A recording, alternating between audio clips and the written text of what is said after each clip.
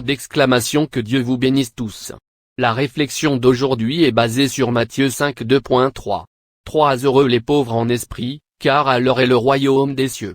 Ici, dès le début, nous devons tenir compte d'un fait d'une grande importance pratique dans l'étude de la Bible, et c'est qu'elle est écrite dans sa langue littéraire, c'est-à-dire des métaphores, des symboles, des figures, des types, et parfois des mots, qui sont utilisés dans un sens très différent de celui qui leur est couramment donné dans la vie quotidienne.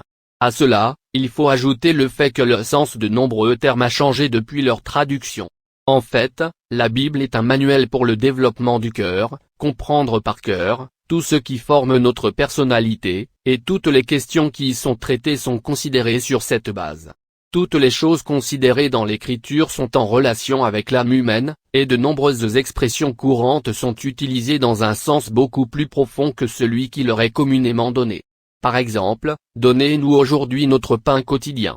Le mot pain, tel qu'il est utilisé dans la Bible, signifie non seulement n'importe quel type de nourriture pour le corps physique, ce qui est l'interprétation littéraire la plus complète, mais toutes les choses dont l'être humain a besoin, telles que les vêtements, le logement, l'argent, l'éducation, les amitiés, etc., et, surtout, les choses spirituelles, telles que la perception, la compréhension, la sagesse et, surtout, la réalisation spirituelle. Un autre exemple est le mot prospérité. Dans l'écriture, cela signifie bien plus que la simple acquisition de biens matériels. Sa véritable signification est l'efficacité dans la prière. C'est obtenir une réponse à la prière, c'est la seule prospérité digne d'être recherchée. Et si nous parvenons à une telle réponse, il est également naturel que tous nos besoins matériels soient également satisfaits.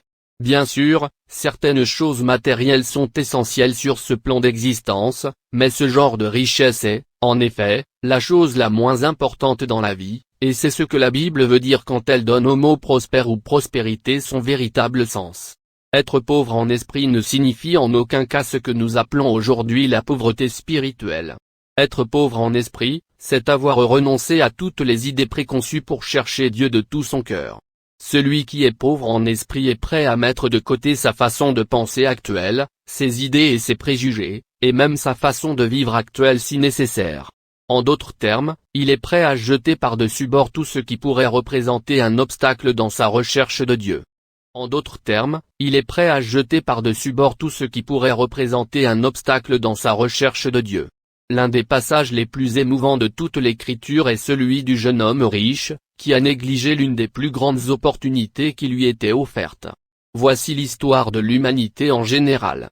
Nous rejetons le salut que Jésus nous offre, c'est-à-dire notre chance de trouver Dieu, parce que nous avons de grands biens. Cela ne veut pas dire que nous sommes très riches en argent, les riches sont vraiment une minorité.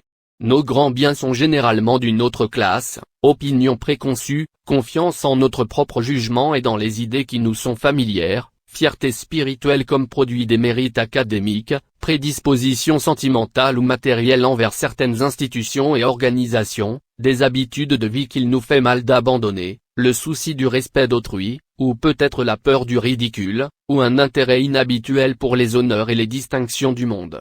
Et toutes ces possessions nous maintiennent enchaînés au rocher de la torture qu'est notre exil loin de Dieu.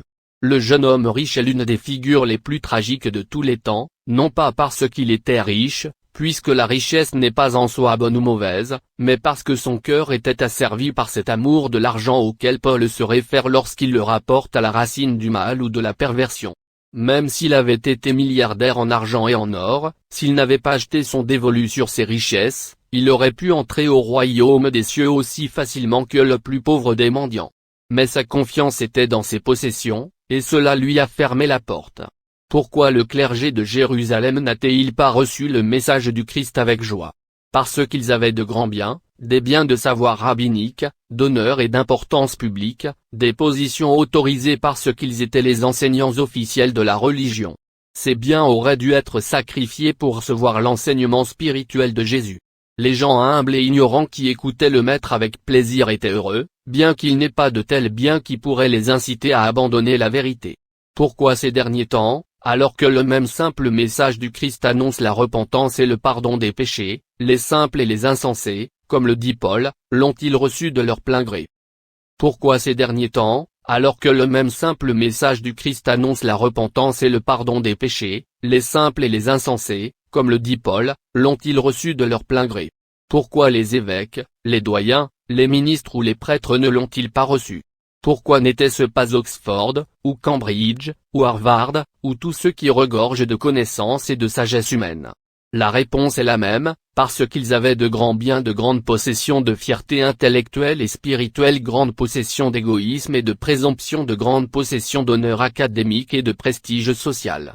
Les pauvres en esprit ne souffrent d'aucun de ces empêchements, soit parce qu'ils n'en ont jamais eu, soit parce qu'ils se sont élevés à un niveau supérieur, grâce à l'influence de la compréhension spirituelle. Ils se sont affranchis de l'amour de l'argent et des biens terrestres, la peur de ce qu'ils diront et la désapprobation de la famille ou des amis. Plus aucune autorité humaine, aussi haute soit-elle, ne les intimide. Ils ont abandonné toute confiance insensée dans l'infaillibilité de leurs propres opinions. Ils ont enfin compris que leurs croyances les plus chères étaient peut-être erronées, et que leur façon de voir les choses et leurs idées à leur sujet pouvaient être fausses et nécessiter des modifications. Les pauvres en esprit sont prêts à reprendre le chemin de la vie et à recommencer à apprendre la seule vérité révélée dans l'Écriture. Que Dieu vous bénisse tous.